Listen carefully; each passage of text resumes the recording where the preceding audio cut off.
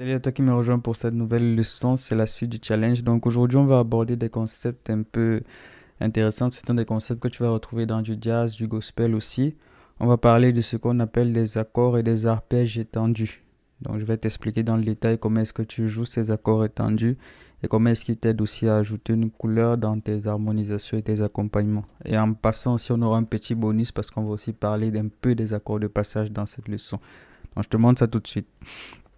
Déjà, l'exercice que je viens de faire juste en introduction, c'est un exercice que je fais en gamme de sol majeur.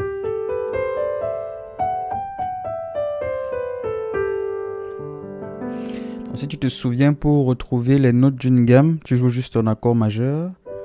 Et tu te dis la seconde, elle est juste quand tu joues ton accord majeur, tu as 1, 3 et 5. Que tu peux appeler la fondamentale, la tierce, c'est la quinte aussi. Ensuite, tu trouves 2 qu'on appelle aussi la seconde. Donc, pour trouver 2, tu te dis, mon 2, ma seconde, elle est juste un temps après ma note fondamentale, elle est là. Et ma 4, elle est un demi-temps après ma tierce, elle est là. Donc j'ai mes 1, 2, 3, 4, 5 qui sont là. Mon septième, il est un demi-ton, il est là. Et mon 6, il est juste là. Donc voici les notes de ma gamme de sol majeur. 1, 2, 3, 4, 5, 6 et 7. Et on revient à 1. 1, 2, 3, 4, 5, 6, 7, 1. Que tu refais aussi comme ça.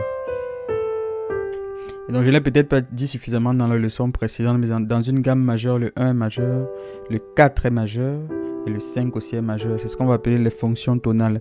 Parce qu'en fait, ces 4 accords à eux seuls vont prendre toutes les notes de la gamme. Si je te le fais en Do majeur, tu as Do, Do, Mi, Sol, Fa, Fa, La, Do, Sol, Sol, Si, Ré.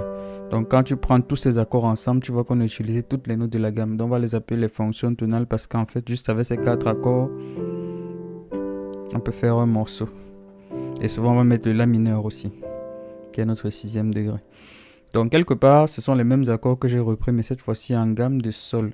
Donc en gamme de Sol, notre 6e degré, ça va être quoi? Ça va être Mi mineur. Notre 4e degré, ça va être Do majeur. Notre 1er degré, ça va être Sol majeur. Notre 5e degré, ça va être Ré majeur. Donc appliquer, ça nous donne une progression d'accords qui fait Mi mineur, Do, Sol et Ré. Donc à partir d'ici, deux choses qui sont intéressantes qu'on peut voir, c'est qu'on a des sauts. Toujours à notre note la plus aiguë. Donc si on veut changer ça, on va faire ce qu'on appelle des renversements. Donc on peut jouer Mi ainsi, Do ainsi, Sol on peut le jouer ainsi par exemple, et Ré ainsi. Donc plutôt que jouer Sol Si Ré, on jouerait Sol Si. C'est le même accord, on l'a juste renversé. Donc ça ferait ça.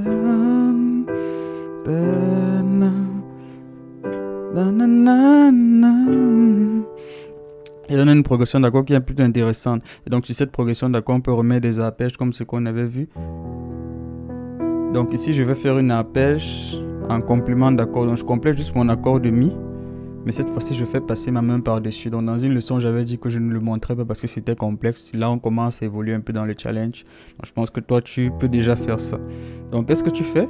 Tu fais Mi, tu fais le 5e, tu fais la fondamentale. Et ensuite, tu passes ton majeur, tu le remets sur ta tierce et tu rejoues ton accord. Donc tu fais ça. Tu le fais en Do. Tu le fais en Sol. Tu le fais en Ré. Mais ici, la tierce est là. Donc si tu fais maintenant avec les accords, ça fait.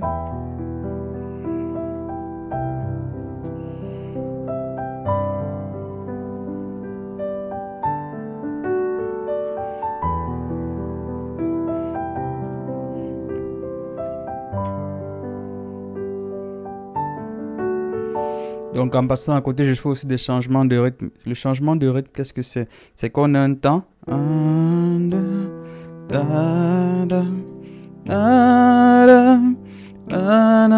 Et en fait, je peux jouer mes accords de manière homogène tout le temps comme ça.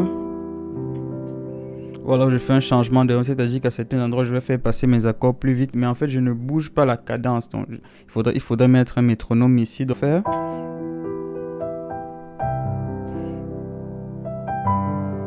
Donc tu vois que je commence rapidement, mais je finis avec plus de souplesse. Donc ça fait un changement. En fait, le passage de mes notes de mon arpège n'est pas monotone. Je ne fais pas ça.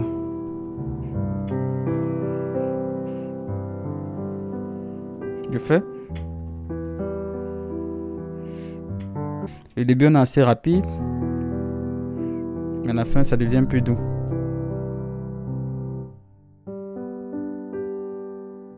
Et ceci sans altérer les temps du morceau.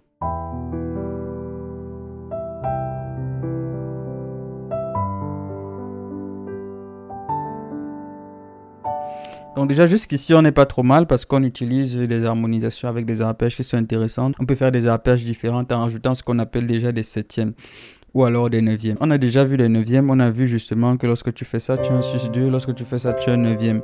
Donc en fait mon neuvième c'est que je passe sur ma seconde avant de passer à la tierce. Parce qu'en réalité quand tu dis do sus2, cette note ici c'est ta note 2. Mais cette note ici si tu comptes une octave plus haut, tu as 7, 8 et 9. Donc quand tu entends 9 en fait, c'est juste 2 mais qu'on a joué une octave plus haut. Donc quand tu fais ça, voici ta neuvième. Donc effectivement tu pourrais faire Do de cette manière, Sol de cette manière aussi avec sa neuvième, Ré aussi avec sa neuvième, les majeurs. Et les mineurs aussi tu peux faire avec leur neuvième. Sauf que la neuvième du mineur va être un peu plus différente. Elle va être un peu différente par rapport à celle de la majeure. Pourquoi? Parce que je fais faire ça. Donc la note elle est bien au même endroit. Mais en fait entre cette note et celle qui suit, on a une demi-ton. Parce que je suis sur un mi majeur, j'aurai ça. Mais un mi mineur, j'ai ça. Donc j'ai mi mineur ici, neuvième, avec sa neuvième. Et j'ai mi majeur ici, avec sa neuvième. Ce n'est pas pareil. Parce que l'accord majeur est comme ça. Donc quand je vais rajouter la neuvième, ça va être comme ça. L'accord mineur, il est comme ça. Donc quand je vais rajouter la neuvième, ça va être ça. Donc quand je vais faire mon arpège avec ma neuvième, je vais faire ça.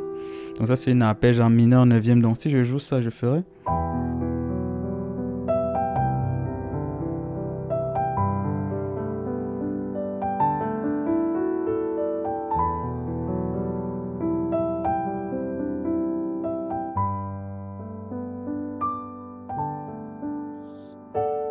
Tu vois, donc ici, je prends simplement mon arpège, mais que je vais jouer avec la neuvième. Donc là, ça me donne déjà une variation plutôt intéressante de ma progression d'accords. Donc ça, c'est une chose. La deuxième chose que je peux faire, c'est que plutôt que de jouer mon mi mineur neuvième, je peux jouer un mi mineur septième. Et donc ici, l'accord septième, quelque part, pour le comprendre de manière toute simple, c'est que lorsque tu as ton accord de sol, tu changes simplement cette note de sol pour jouer à ta basse sur un mi. Donc ça fait ceci. Donc tu as mi à ta basse et sol à ta main droite. Ça va donner ce qu'on appelle un mi mineur septième. Septième, pourquoi? Parce qu'en fait on a rajouté cette note qui est la note 7 de notre gamme de mi mineur. Bon, c'est un peu complexe, donc je veux pas... Bon, c'est un peu complexe. Ça peut être long à comprendre si tu n'as jamais entendu parler de cela. Ce que tu peux juste avoir à comprendre, c'est que là en fait pour jouer ton mi mineur septième, tu joues mi à gauche et tu joues sol à droite. Donc plutôt que de commencer ainsi et faire Do là, on va faire ceci. On va faire plutôt ça. Tu vois, donc là, tu as une nuance. Mi mineur septième, Do, Sol et Ré ou Sus. Donc tu peux rajouter cette note ici pour faire un mi mineur septième.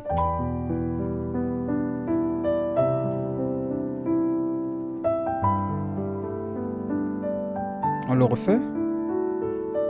Mi mineur septième. Do avec sa neuvième. Sol avec sa neuvième. Et Ré en sus. Sus à la main droite. Et la main gauche avec sa neuvième. Mi mineur septième. Do avec sa neuvième. Sol avec sa neuvième. Ré, sus. Mi mineur neuvième, Do avec sa neuvième, Sol, Ré, sus. Donc ici à ce niveau, c'est plus intéressant pour toi d'apprendre à les jouer, de voir comment ils sonnent plutôt que de comprendre les étapes de formation des accords mineurs, etc. Donc les concepts de base théoriques, tu dois les avoir à côté. Mais c'est plus important pour toi d'être attentif à comment ils sonnent. Parce que tu peux par exemple aimer plus le son du mineur septième que le son du mineur neuvième que le son du mineur septième. Donc à toi de voir effectivement pour dire, ah, Le son du mineur neuvième, il me plaît plus. Donc toi, tu vas plus t'attarder sur le son et après voir la constitution pour le réutiliser. Pourquoi c'est intéressant de fonctionner dans cet ordre? Parce que la musique, c'est comme un langage. Donc en général, on t'apprend un peu l'alphabet, mais quand tu es en train de t'exprimer, tu ne réfléchis pas aux mots que tu utilises en général. Donc tu t'exprimes juste. Donc de la même manière ici, il faut que tu connaisses un peu l'alphabet, les concepts de base, mais quand tu joues, tu ne réfléchis pas à la note que tu es en train de jouer. Il faut que ce soit vraiment naturel. Quand moi je joue, je ne me dis pas, ah, je dois prendre quelle note qui est la neuvième. Il faut que ce soit suffisamment naturel pour toi, pour que lorsque tu joues, tu n'aies plus à te poser la question de quelle note tu dois utiliser.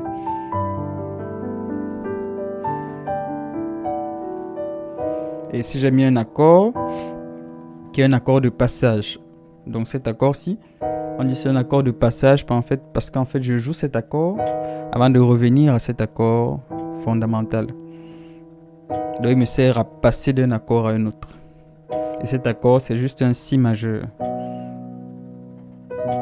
Et pourquoi est-ce qu'on peut jouer un Si majeur? Parce qu'en fait, Si, c'est le 5e degré de Mi. Donc on pourra jouer le 5e degré avant de revenir ici à Mi. Et on le joue ici sur la note qui est juste un demi-ton au-dessus de Mi pour que ça fasse une transition très forte. Donc si je refais l'exercice, ça fait Mi mineur 9e, Do avec sa 9e, Sol avec sa 9e, transition Si, sur Ré dièse, Mi mineur 9e encore, et là je reprends la 7e aussi. Do majeur,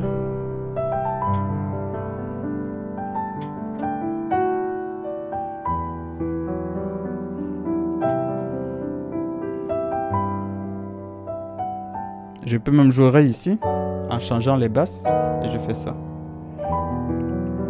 Parce qu'en réalité, quand je joue Do de cette manière, je peux jouer Do ici, mais je peux aussi jouer Do ici. Donc en fonction des endroits, je peux varier les basses. Donc si tu veux, parfois tu fais ça avant d'arriver sur ton Si ici et revenir là. C'est un exercice de pratique, je te laisse pratiquer cela. Donc tu travailles bien les accords mineur 9e, mineur 7e. Et surtout, tu te familiarises à l'oreille pour voir comment ça sonne. Et tu travailles aussi ces arpèges étendus. C'est vraiment très beau. Et tu vois qu'on peut rendre une progression d'accords qui est très simple en quelque chose de vraiment intéressant juste en utilisant cela. Je te laisse avec ceci et je te dis à demain pour la suite du challenge.